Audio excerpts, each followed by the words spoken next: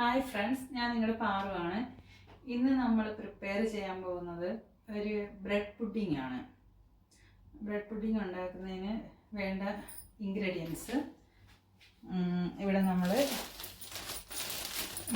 ഒരു cover bread എടുത്തിട്ടുണ്ട്. ഇതിൽ നമുക്കൊരു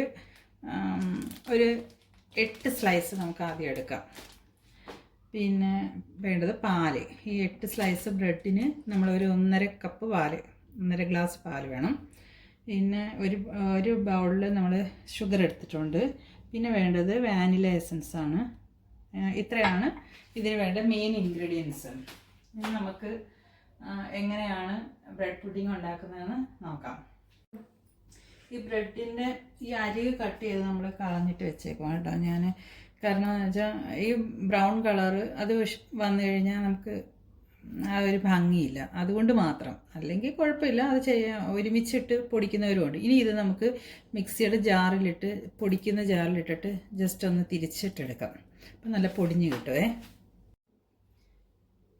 നമ്മൾ പൊടിച്ച് വെച്ച ബ്രെഡിൻ്റെ പൊടി ഇതിങ്ങോട്ട് ഇട്ട് കൊടുക്കണം ബൗളിലോട്ട്. എന്നിട്ട്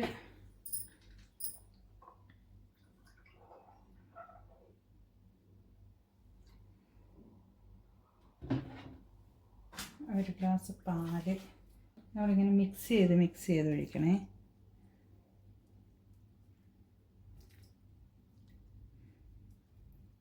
ഒരു കപ്പ് പാലിങ്ങനെ ഒഴിച്ച് കൊടുക്കണം. ചെറുതായിട്ട് ഇളക്കി. ഇപ്പം നമ്മൾ 1 കപ്പ് പാലൊഴിച്ചിട്ടുണ്ട്. ഒരു 1/4 കപ്പും കൂടെ.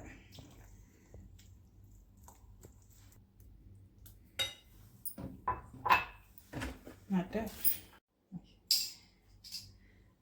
വാനില എസൻസ് കുറച്ച് ഒഴിക്കാം.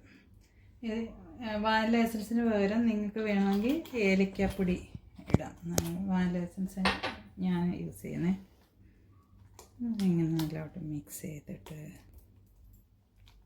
ഒരു 15 മിനിറ്റ്സ് നമ്മളിതൊന്ന് സെറ്റാവാനായിട്ട് ഇതെല്ലാം കൂടെ നമ്മൾ യോജിപ്പിച്ചതല്ലേ, അപ്പോൾ ഇതെല്ലാം കൂടെ ഒന്ന് മാറ്റി വെക്കുക. നമുക്ക് ഷുഗർ ആഡ് ചെയ്യാതെ പഞ്ചസാര ഇട്ട് കൊടുക്കാം.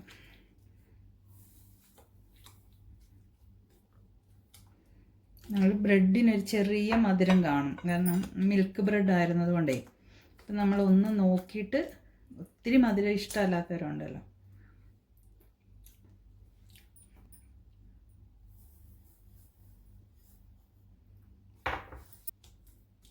ഒരു 1/2 ബൗൾ ഇട്ട് കൊടുക്കാം നമുക്ക്.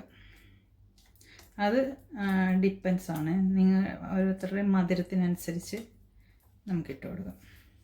ഇനി ഇതിവിടെ നിന്ന് ഒരു 15 മിനിറ്റ്സ്, ഒരു 15 മിനിറ്റ് നേരം ഇതിവിടെ അടച്ചു വെക്കാം.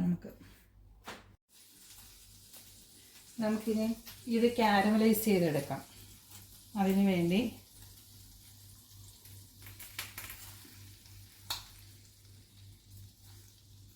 6 ടേബിൾ സ്പൂൺ പഞ്ചസാര,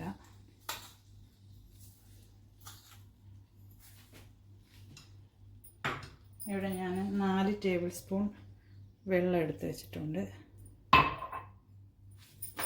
6 ടേബിൾ സ്പൂൺ പഞ്ചസാരയ്ക്ക് 4 ടേബിൾ സ്പൂൺ വെള്ളമേ. ഇത് നമ്മളങ്ങ് മെൽറ്റാവുകയാണ്.